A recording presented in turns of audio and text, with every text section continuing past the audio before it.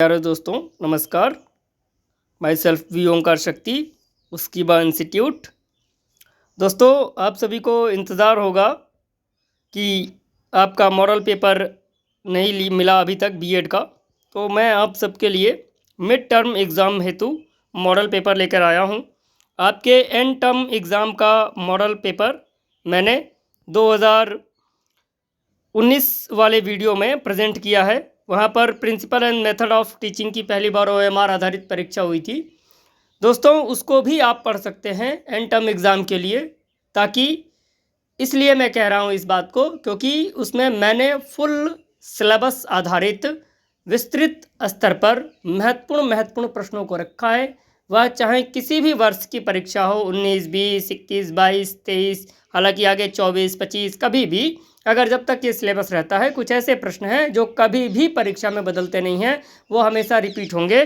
तो उसकी मैंने वहाँ फुल व्याख्या की है, आप एक बार उसे पढ़ेंगे, आशा करता हूँ कि ज़रूर आप उससे लाभान्वित होंगे। तो बिना देरी किए आइए मैं आपको मिड टर्म परीक्षा की बारे में आपको कुछ महत्वपूर्ण प्रश्न देता हूं।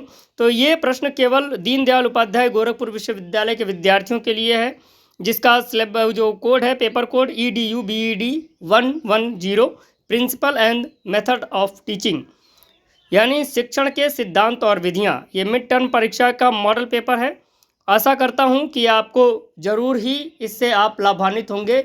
आपको इस परीक्षा में केवल 3 प्रश्नों के उत्तर देने होंगे। 6 प्रश्न होंगे परीक्षा में, आपको 3 प्रश्न देने होंगे। अधिकतम इसका 2 पेज आपको आंसर करना होगा। बहुत ही आसान आपके लिए होगा, और अगर आपको थोड़ा सा भी यह फ़ायदा पहुंचाएगा, मैं आशा करता हूं कि 3 पक्का आपको मिल जाएंगे। इसकी जो है 90% प्लस आपको जो है उम्मीद मैं रखता हूं कि आपको 3 प्रश्न तो अवश्य ही मिलेंगे। अगर आपको मिलते हैं प्रश्न अच्छा लगता है तो उस्कीबा इंस्टीट्यूट को ज़रूर सब्सक्राइब करिएगा, क्योंकि आपके भविष्य में इस चीज़ को बहुत ही फ़ायदे मिलेंगे। आइए बिना देरी के अपन प्रश्न को देखते हैं कि कौन सा प्रश्न आएगा। तो मैं आपके पास 6 प्रश्न रख रहा हूँ, इसमें से 3 तो आ ही जाएंगे आपके पास। पहला है, आपको ध्यान रखना है केवल 3 ही प्रश्नों के उत्तर देने हैं आपको। पहला प्रश्न है, शिक्षण के संप्रत्यय यानी कॉन्सेप्ट बोलते हैं इसको, अवधारणा भी बोलते हैं, तो कुछ भी बदल जाएगा। आपने इसको पढ़ा होगा, आपके टीचर ने जरूर पढ़ाया होगा इसके अन्य सारे नाम, संकल्पना, अवधारणा, संप्रत्यय, है ना, ये सारी चीज़ें। शिक्षण के संप्रत्यय को स्पष्ट कीजिए तथा शिक्षण के सिद्धांतों का संक्षिप्त वर्णन प्रस्तुत कीजिए। इसमें से कोई एक भी आ सकता है, दोनों साथ भी दे सकता है। मैं आपको कठिन परिस्थिति के लिए तैयार कर रहा हूँ, ताकि प्रश्न अगर आसान आ जाए तो आप आसानी से उसको कर ले जाएं। दूसरा प्रश्न है, शिक्षण की अवस्था अथवा शिक्षण के स्तर को स्पष्ट कीजिए। शिक्षण के स्तर को इम्पोर्टेंट रूप से पूछा जा सकता है इस बार, पर मैंने इसको भी दे दिया है कि ये भी पूछा जा सकता है, कोई एक भी पूछ सकता है। तीसरा प्रश्न है, वर्तमान समय में शिक्षण की चुनौतियाँ। ये नया पॉइंट है आपके लिए जुड़ा है, तो इससे प्रश्न आ सकते हैं। चौथा प्रश्न है, संप्रेषण की प्रक्रिया यानी प्रोसेस ऑफ कम्युनिकेशन के बारे में यह बात हो रही है, और यहाँ पर चैलेंज पूछा जा रहा है टीचिंग की, तो ये चीज़ें आपको समझनी है। अगला प्रश्न मैं दे रहा हूँ आपको, 5वां प्रश्न जो है ये समझने योग्य है प्रश्न।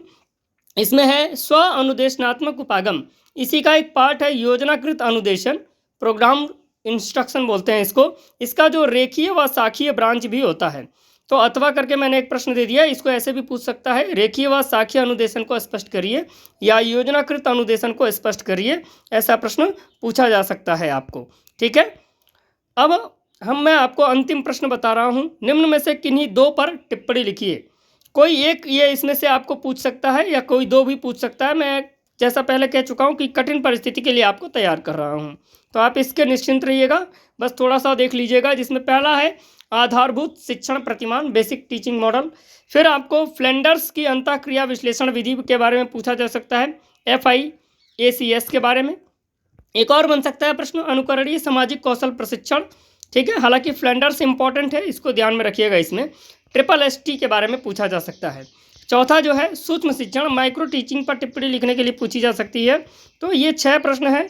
मैं आशा करता हूं कि आपको इसमें से एक प्रश्न अवश्य ही मिल जाएगा। दोस्तों आप इन प्रश्नों को एक बार ज़रूर देखिएगा, इसमें से 3 प्रश्न आपको ज़रूर मिलेंगे, और अधिक से अधिक अपने मित्रों, जो भी कॉलेज के मित्र हों, कहीं भी किसी कॉलेज के मित्र हों, दीनदयाल उपाध्याय गोरखपुर विश्वविद्यालय के अंतर्गत वह कॉलेज आता हो, तो इसको उनको तक ज़रूर पहुंचाएं ताकि मिड टर्म की परीक्षा हेतु उनकी चुनौतियां आसान हो जाएं।